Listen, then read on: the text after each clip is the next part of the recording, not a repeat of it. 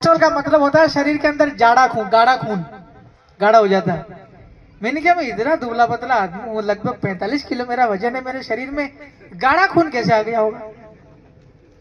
Doctor ने अपनी मर्जी से कह दिया कि विधायक जी शायद आप लोग शराब वाला पीते होंगे।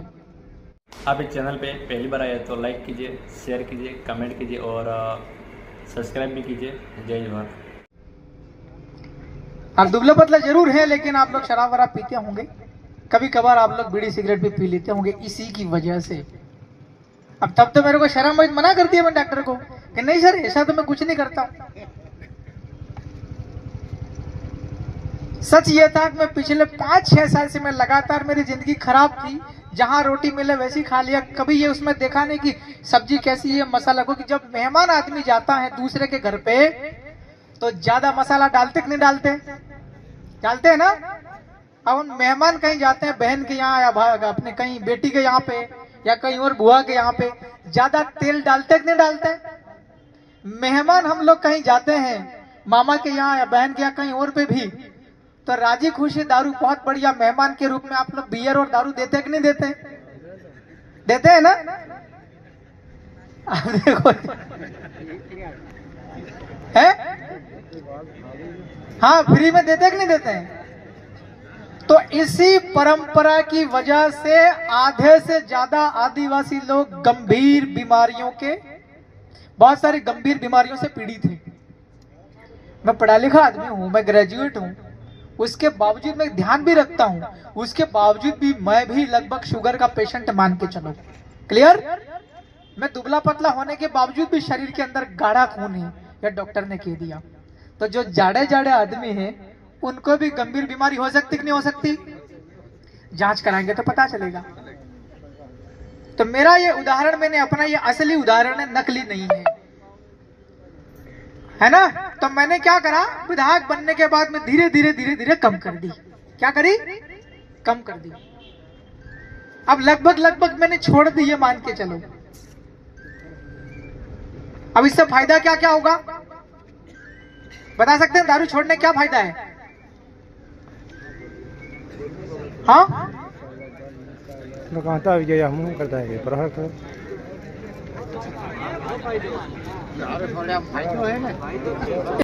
ज्यादा जिंदा रहेंगे।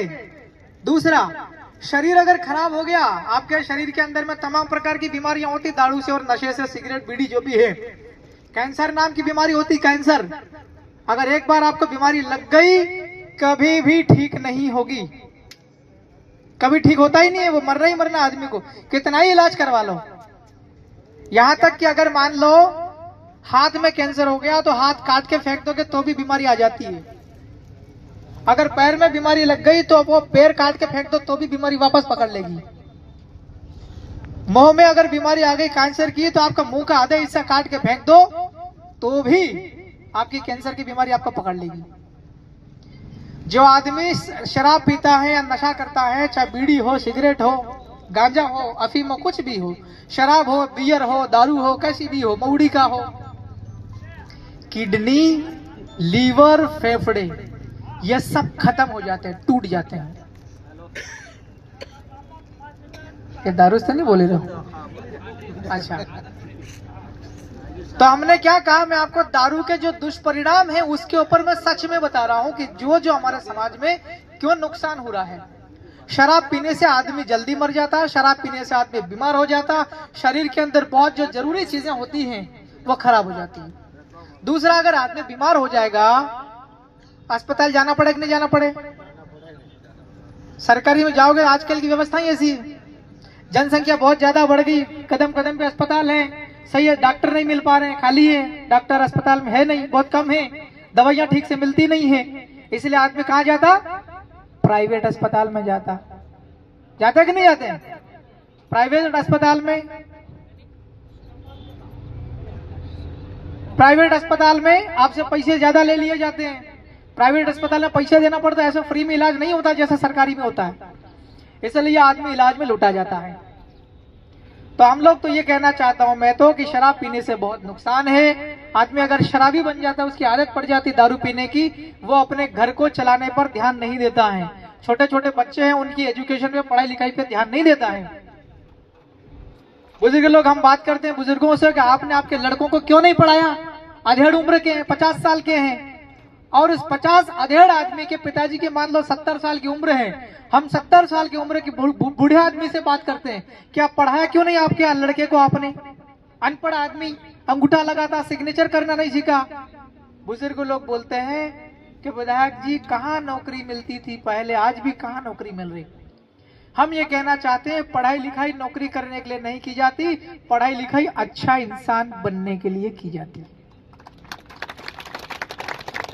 पढ़ाई लिखाई नौकरी पकड़ने के लिए नहीं की जाती। पढ़ाई लिखाई आपकी जमीन को कोई फर्जी तरीके से अंगूठा लगवा के रजिस्ट्री नामांतरण न कर ले, आपको जागरूक बनाए रखने के लिए पढ़ाई की जाती है। हम लोग जो लोग दारू पीते हैं, शराब पीते हैं, शराब की बोतल के ऊपर साफ साफ लिखा हुआ है कि नशा करने से कौन सी बीमारी होती, हानिकारक है शराब और उससे कैंसर होता है, लिखा हुआ। उसके बावजूद भी हमारे लोग पी रहे, क्योंकि हमारे लोग पढ़ाई लिखाई नहीं की है। ऐसा नियम में है कि शराब जो है वो उसके ऊपर अंग्रेजी में ही एक आध कोई किसी ब्रांड पे रहता है हिंदी में लिखा हुआ, मगर ज्यादातर शराब के ऊपर अंग्रेजी में लिखा हुआ, राइट। एल्कोहल कॉजेज कैंसर, शराब से कैंसर का बीमारी होता। लेकिन हमारे आदिवासी लोग तो हिंदी भी नहीं जानते, वो अंग्रेजी कैसे पहचानेंगे? अगर कोई आदिवासी आदमी पढ़ा लिखा है, उसको थोड़ी बहुत अंग्रेजी आ रही, भले वो खेती करता, लेकिन शराब के ऊपर लिखा हुआ वो पढ़ तो लेगा कि नहीं पढ़ लेगा? पढ़ लेगा तो छोड़ देगा कि नहीं छोड़ देगा? इसलिए हम लोगों को, और जो पढ़ा जो आदमी शराबी भी है, दारू पीता है, वो आदमी ध्यान देता ही नहीं अपने बच्चों पर।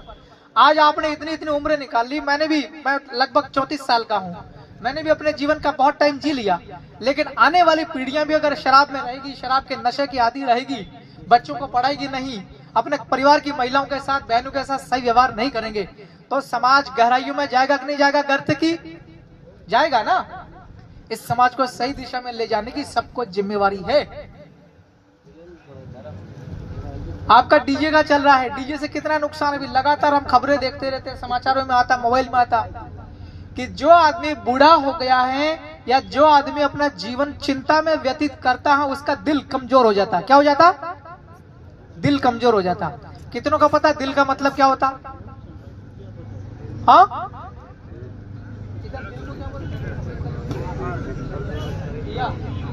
हमारे उधर सैलाना क्षेत्र में कहते हैं अयो, और आपके इधर कहते हैं हिया, हियो। छाती के अंदर एक ऐसी चीज है हमारे शरीर की, छाती के अंदर में, उसके बिना हम एक सांस नहीं ले सकते हैं। अगर वो कमजोर हो गया तो आदमी खड़ा खड़ा ही मर जाता है, अगर वो कमजोर हो गया तो आदमी सोया सोया ही मर जाता है। क्लियर? डीजे अगर बजता है तो उसकी आवाज से आजकल लोग बहुत मर रहे हैं। क्यों?